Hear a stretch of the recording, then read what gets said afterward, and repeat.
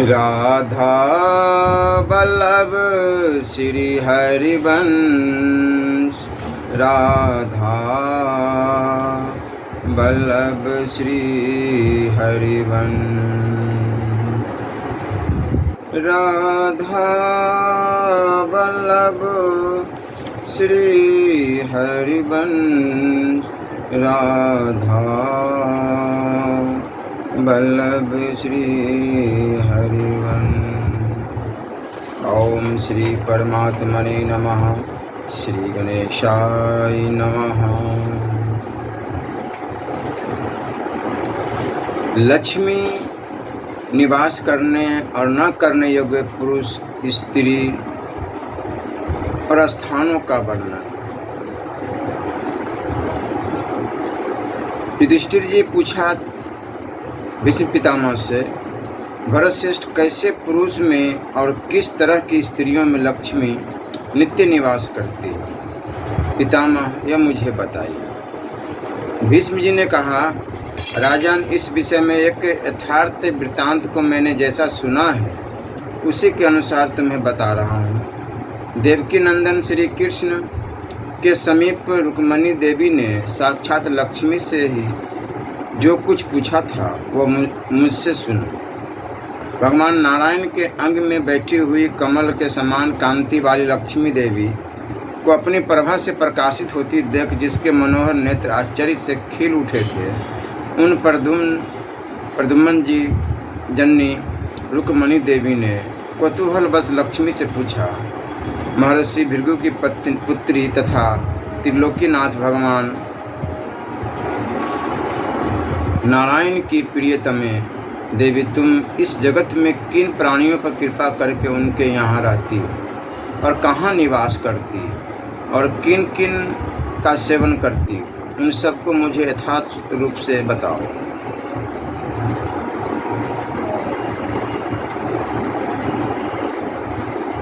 रुक्मणी जी के इस प्रकार पूछने पर चंद्रमुखी लक्ष्मी देवी ने प्रसन्न होकर भगवान गरुड़ध्वज के सामने ही मीठी वाणी में यह वचन कहा, वशामि नित्यं शुभगे प्रगल्भे दक्षे नरे कर्मणि वर्तमाने अक्रोधने देवपरे कृतज्ञ जितेंद्रिय नित्य मुद्रिन सत्वम। लक्ष्मी बोली, देवी, मैं प्रतिदिन ऐसे पुरुष में निवास करती हूँ जो सौभाग्यशाली, निर्भीक, कार्य कुशल, कर्मपरायण, क्रोध रहित, देवाराधना तत्पर, कृतज्ञ, जितेंद्रिय तथा बढ़े हुए सत्व गुण से युक्त हो। ना कर्मशीले पुरुषे वशामि, न नास्तिके सांकृके कृद्धने, न भिन्न वृत्तिने, न निर्षस्वर्णे, न चापी चोरे, न गुरु स्वयं। जो पुरुष अकर्मण्य, नास्तिक, वर्णशंकर, कृतधन, दुराचारी, क्रूर और चोर तथा गुरुजनों के दोष देखने वाला हो, उसके भीतर मैं निवास नहीं करती। जिनमें तेज, बल, सत्व और गौरव की मात्रा बहुत थोड़ी है, जो जहाँ तहाँ हर बात में खिन्न हो उठते हैं, जो मन में दूसरा भाव रखते हैं और ऊपर से कुछ और ही दिखाते हैं, ऐसे मनुष्यों में मैं निवास नहीं करती। जो अपने लिए कुछ नहीं चाहता, जिसका अंतकरण मूढ़ता से आच्छन्न है, जो थोड़े में ही संतोष कर लेते हैं, ऐसे मनुष्यों में मैं भली भांति नित्य निवास नहीं करती। जो स्वभावत स्वधर्म परायण, धर्मज्ञ, बड़े बूढ़ों की सेवा में तत्पर, जितेंद्रिय, मन को बस में रखने वाले, क्षमाशील और सामर्थ्यशाली है, ऐसे पुरुषों में तथा क्षमाशील एवं जितेंद्रिय अबलाओं में भी मैं निवास करती हूँ। जो स्त्रियां स्वभावत सत्यवादिनी तथा सरलता से संयुक्त है, जो देवताओं और द्विजों की पूजा करने वाली है, उनमें भी मैं निवास करती हूँ। जो अपने समय को कभी व्यर्थ नहीं जाने देते, सदा दान एवं शौचाचार में तत्पर रहते हैं, उन्हें ब्रह्मचर्य, तपस्या, ज्ञान और गौ और दृढ़ परम प्रिय ऐसे पुरुषों में मैं निवास करती हूँ। जो स्त्रियाँ कमनीय गुणों से युक्त देवताओं तथा ब्राह्मणों की सेवा में तत्पर, घर के बर्तन भारों को शुद्ध तथा स्वच्छ रखने वाली एवं गौओं की सेवा तथा धान्य के संग्रह में तत्पर होती है, उनमें भी मैं सदा निवास करती हूँ। जो घर के बर्तनों को सुव्यवस्थित रूप से न रखकर इधर उधर बिखरे रखती है, सोच समझ कर काम नहीं करती है, सदा अपने पति के प्रतिकूल ही बोलती है, दूसरों के घरों में घूमने फिरने में आसक्त रखती है और लज्जा को सर्वथा छोड़ बैठती, उनको मैं त्याग देती हूँ।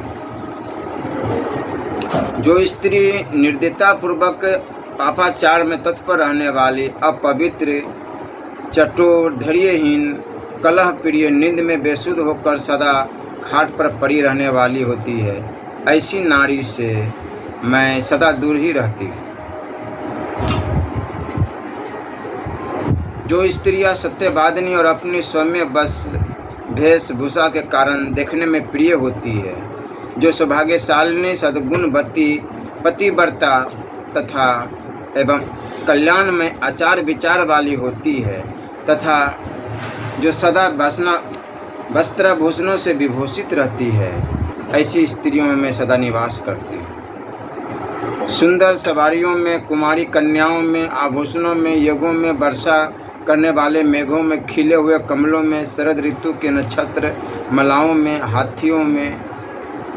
हाथियों और गौशालों में, सुंदर आसनों में तथा खिले हुए उत्पल और कमलों से सुशोभित सरोवर में मैं सदा निवास करती हूँ। जहाँ हंसों की मधुर ध्वनि गूंजती रहती है, कौंच पक्षी के करवल जिनकी शोभा बढ़ाते हैं, जो अपने तत्वों पर फैले हुए वृक्षों की छनियों से शोभायमान हैं, जिनके किनारे तपस्वी, सिद्ध और ब्राह्मण निवास करते हैं, जिनमें बहुत जल भरा रहता है तथा सिंह और हाथी जिनके जल में अवगाहन करते रहते हैं, ऐसी नदियों में मैं भी सदा निवास करती रहती हूँ। मतवाले हाथी, सांड, राजा, सिंहासन और सत्पुरुषों में मेरा नित्य निवास है। जिस घर में लोग अग्नि में आहुति देते हैं, जो गौ, ब्राह्मण तथा देवताओं की पूजा करते हैं और समय समय पर जहाँ फूलों से देवताओं को उपहार समर्पित किए जाते हैं, उस घर में मैं नित्य निवास करती हूँ। सदा वेदों के स्वाध्याय में तत्पर रहने वाले ब्राह्मणों, स्वधर्म परायण क्षत्रियों, कृषि कर्म में लगे हुए वैश्यों तथा नित्य सेवा परायण शूद्रों के यहाँ भी मैं सदा निवास करती हूँ। नारायणे त्यक्मना वसामि सर्वैन् भावेन शरीरभूताः तस्मिन्नहं हि धर्मे सुमाहान् निविष्टो ब्राह्मण्यता चात्र तथा प्रियत्वम्। मैं मूर्तिमती एवं अनन्य चित्त होकर तो भगवान नारायण में ही संपूर्ण भाव से निवास करती हूँ, क्योंकि उनमें महान धर्म सन्निहित है, उनका ब्राह्मणों के प्रति प्रेम है और उनमें स्वयं सर्वप्रिय होने का गुण भी है। नाह शरीरेण वसामि देवी निवहद मया शक्यमिहाभिधातुनं भावने यस्मिन् निवसामि पुंसि सद्वर्तते धर्म एषो अर्थ कामः। देवी, मैं नारायण के सिवा अन्यत्र शरीर से नहीं निवास करती हूँ। मैं यहाँ ऐसा नहीं कह सकती कि सर्वत्र इसी रूप में रहती हूँ। जिस पुरुष में भगवान द्वारा निवास करती हूँ, वह धर्म, यश, धन और काम से संपन्न होकर सदा बढ़ता ही रहता है।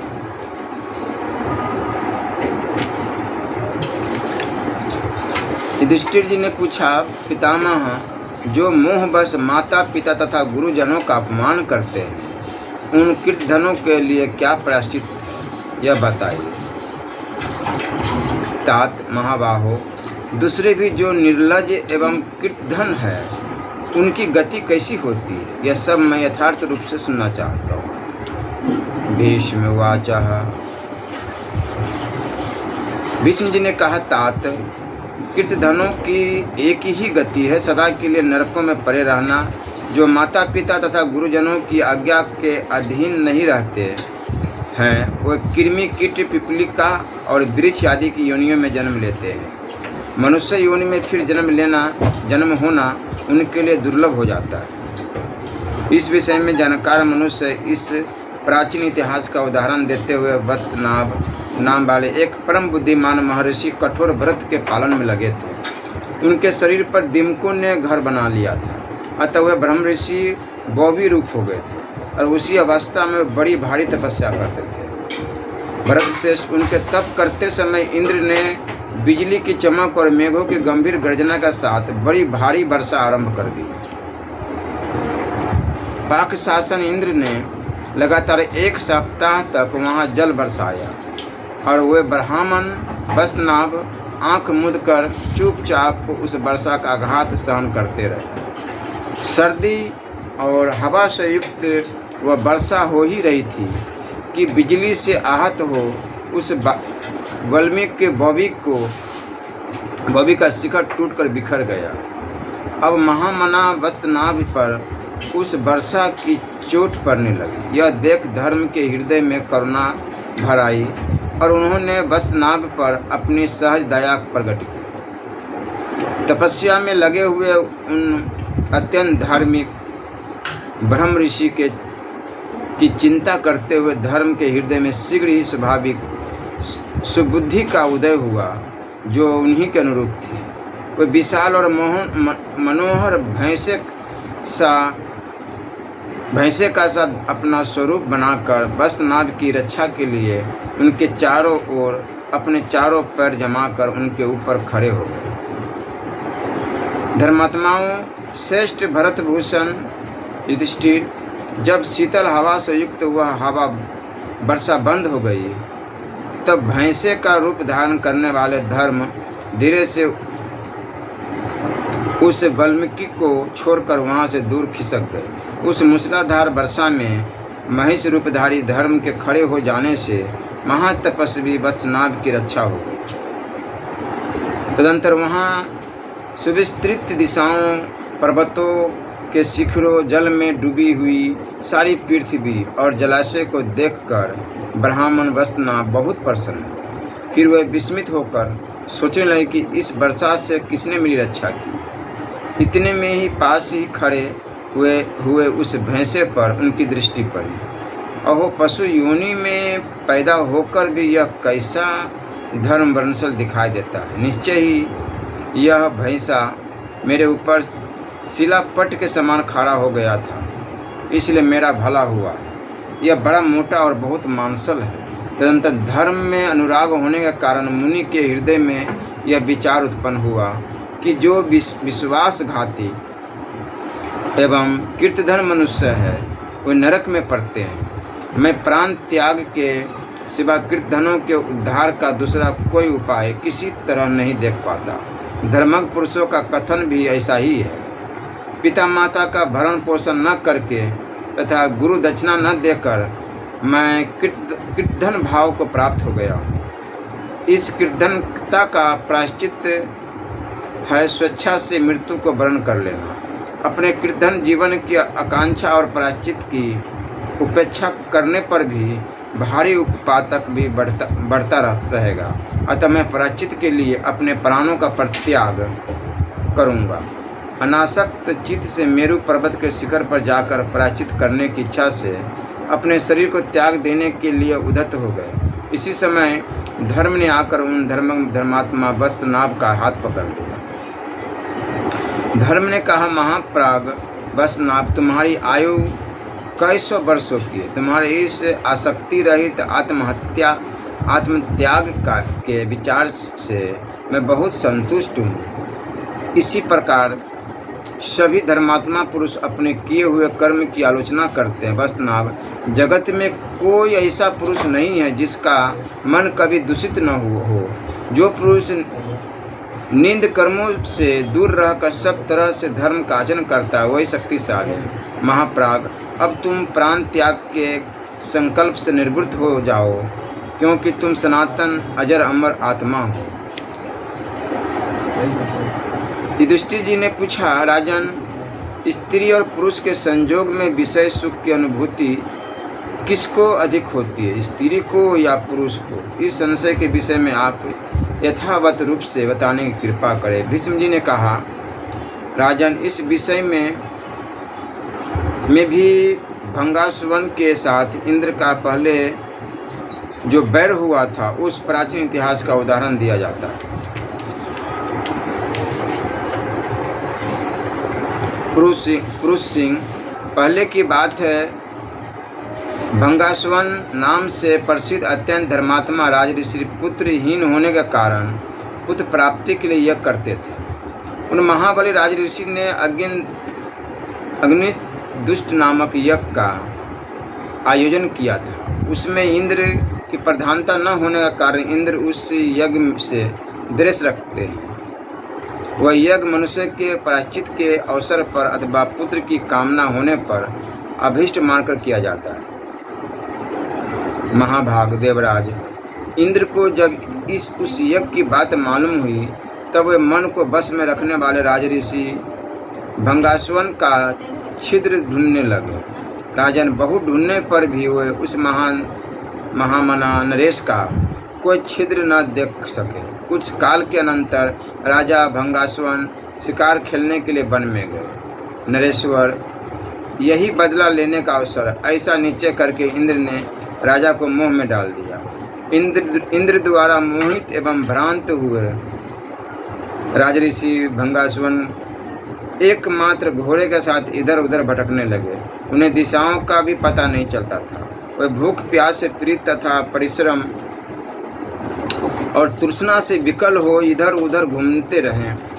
रात घूमते घूमते उन्होंने उत्तम जल से भरा हुआ एक सुंदर सरोवर देखा। उन्होंने घोड़े को उस सरोवर में स्नान कराकर पानी पिलाया। जब घोड़ा पानी पी चुका तब उसे एक वृक्ष में बांधकर वे श्रेष्ठ नरेश स्वयं भी जल में उतरे। उसमें स्नान करते ही वे राजा स्त्री भाव को प्राप्त हुए। अपने को स्त्री रूप में देखकर राजा को बड़ी लज्जा हुई। उनके सारे अंतकरण में भारी चिंता व्याप्त हो गई। उनकी इंद्रियां और चेतना व्याकुल हो उठी। वह स्त्री रूप में इस प्रकार सोचने लगे, अब मैं कैसे घोड़े पर चढ़ूंगी, कैसे नगर को जाऊंगी। मेरे अग्निष्ट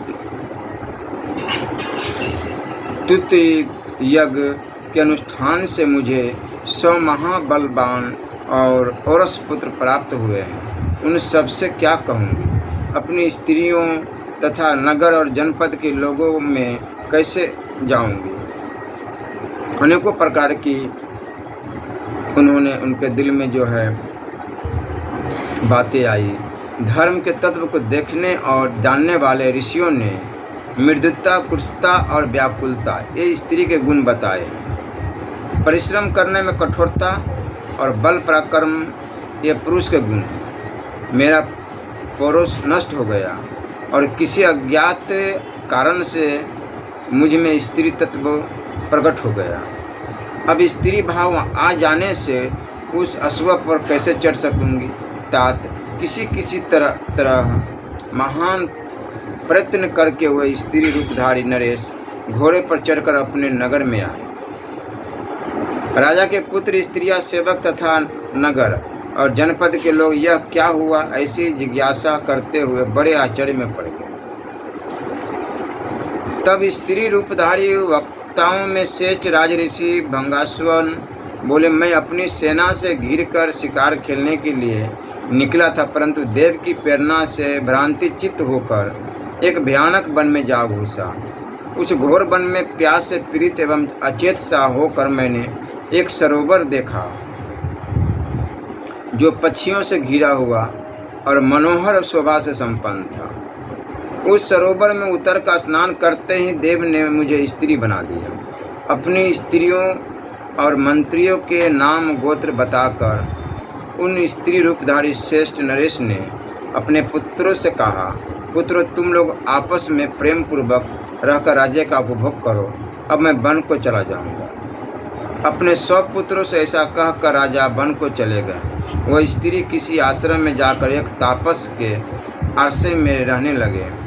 उस तपस्वी से आश्रम में उसके 100 पुत्र हुए। तब वह रानी अपने उन पुत्रों को लेकर पहले वाले पुत्रों के पास गई और उनसे इस प्रकार बोली, पुत्रों, जब मैं पुरुष रूप में थी तब तुम मेरे 100 पुत्र हुए थे, और जब स्त्री रूप में आई हूँ तब ये मेरे 100 पुत्र हुए हैं। तुम सब लोग एकत्र होकर साथ साथ मातृ भाव से इस राज्य का उपभोग करो। तब वे सब भाई एक साथ होकर उस राज्य का उपभोग करने लगे। उन सबको भातृभाव से एक साथ रहकर उस उत्तम राज्य का उपभोग करते देख क्रोध में भरे हुए देवराज इंद्र ने सोचा कि मैंने तो इस राजऋषि का उपकार ही कर दिया, अपकार तो कुछ किया ही नहीं। तब देवराज इंद्र ने ब्राह्मण का रूप धारण करके उस नगर में जाकर उन राजकुमारों में फूट डाल दी। वे बोले, राजकुमारों, जो एक पिता के पुत्र है, ऐसे भाइयों में भी प्राय उत्तम भातृ प्रेम नहीं रहता। देवता और असुर दोनों ही कश्यप जी के पुत्र हैं, तथापि राज्य के लिए परस्पर विवाद करते रहते हैं। तुम लोग तो भंगासुवन के पुत्र हो और दूसरे 100 भाई एक तापस के लड़के हैं, फिर तुम में प्रेम कैसे रह सकता है? देवता और असुर तो कश्यप के ही पुत्र हैं, फिर भी उनमें प्रेम नहीं हो पाता। तुम लोगों का जो पेटुक राज्य है उसे तापस के लड़के आकर भोग रहे हैं। इस प्रकार इंद्र के द्वारा फूट डालने पर वे आपस में लड़ पड़े। उन्होंने युद्ध में एक दूसरे को मार गिराया। यह समाचार सुनकर तापसी को बड़ा दुख हुआ। वह फुट फुट कर रोने लगी। उस समय ब्राह्मण का भेष धारण करके इंद्र उसके पास आए और पूछने लगे, सुमुखी, तुम किस दुख से संतप्त होकर रो रही हो? उस ब्राह्मण को देखकर वह स्त्री करुण स्वर में बोली, ब्राह्मण, मेरे 200 पुत्र काल के द्वारा मारे गए। विप्रवर, मैं पहले राजा था तब मेरे 100 पुत्र हुए थे। द्रिश्रेष्ठ, वे सभी मेरे अनुरूप थे। एक दिन मैं शिकार खेलने के लिए गहन वन में गया और वहाँ अकारण भ्रमित सा होकर इधर उधर भटकने लगा। ब्राह्मण शिरोमणि, वहाँ एक सरोवर में स्नान करते ही मैं पुरुष से स्त्री हो गया और पुरुषों को राज्य पर बिठाकर वन में चला आया। स्त्री रूप में आने पर महामना तापस ने इस आश्रम में मुझसे 100 पुत्र उत्पन्न किए। ब्राह्मण, मैं उन सब पुत्रों को नगर में ले गई और उन्हें भी राज्य पर प्रतिष्ठित कर कराई। विप्रवर, काल की प्रेरणा से उन सब पुत्रों में बैर उत्पन्न हो गया और वे आपस में ही लड़ भिड़ कर नष्ट हो गए। इस प्रकार देव की मारी हुई मैं शोक में डूब रही हूँ। इंद्र ने उसे दुखी देखकर कठोर वाणी में कहा, भद्रे, जब पहले तुम राजा थी तब तुमने भी मुझे दुस्सहन दुख दिया था। तुमने उस यज्ञ का अनुष्ठान किया जिसका मुझसे बैर है। मेरा आह्वान न करके तुमने वह यज्ञ पूरा कर लिया। खोटी बुद्धि वाली स्त्री, मैं वही इंद्र हूँ और तुमसे मैंने ही अपने बैर का बदला लिया है। इंद्र को देखकर वह स्त्री रूपधारी राजऋषि उनके चरणों में सिर रखकर बोले, सूर्यश्रेष्ठ, आप प्रसन्न हो। मैंने पुत्र की इच्छा से वह यज्ञ किया था। देवेश्वर, उसके लिए आप मुझे क्षमा करें। इनके इस प्रकार प्रणाम करने पर इंद्र संतुष्ट हो गए और वर देने के लिए उद्धत होकर बोले, राजन, तुम्हारे कौन से पुत्र जीवित हो जाए? तुमने स्त्री होकर जिन्हें उत्पन्न किया था वे, अथवा पुरुष अवस्था में जो तुमसे उत्पन्न हुए थे? तब तापसी ने इंद्र से हाथ जोड़कर कहा, देवेंद्र, स्त्री रूप हो जाने पर मुझसे जो पुत्र उत्पन्न हुए हैं वही जीवित हो जाए। तब इंद्र ने विस्मित होकर उस स्त्री से पूछा, तुमने पुरुष रूप से जिन्हें उत्पन्न किया था वह पुत्र तुम्हारे द्वेष के पात्र क्यों हो गए? तथा स्त्री रूप होकर तुमने जिनको जन्म दिया है उन पर तुम्हारा अधिक स्नेह क्यों है? मैं इसका कारण सुनना चाहता हूँ। तुम्हें मुझसे यह बताना चाहिए। स्त्री ने कहा, इंद्र, स्त्री का अपने पुत्रों पर अधिक स्नेह होता है, वैसा स्नेह पुरुष का नहीं होता है। अतः इंद्र स्त्री रूप में आने पर मुझसे जिनका जन्म हुआ है वही जीवित हो जाए। भीष्म जी कहते, राजन, तापसी के यूँ कहने पर इंद्र बड़े प्रसन्न हुए और इस प्रकार बोले, सत्यवादिनी, तुम्हारे से सभी पुत्र जीवित हो जाए। उत्तम व्रत का पालन करने वाले राजेंद्र, तुम मुझसे अपनी इच्छा के अनुसार दूसरा वर भी मांग लो। बोलो, फिर से पुरुष होना चाहते हो या स्त्री ही रहने की इच्छा है? जो चाहो मुझसे ले लो। स्त्री ने कहा, इंद्र, मैं स्त्री तत्व का ही वर्ण करती हूँ। वास्तव अब मैं पुरुष होना नहीं चाहती। उसके ऐसा कहने पर देवराज ने उस स्त्री से पूछा,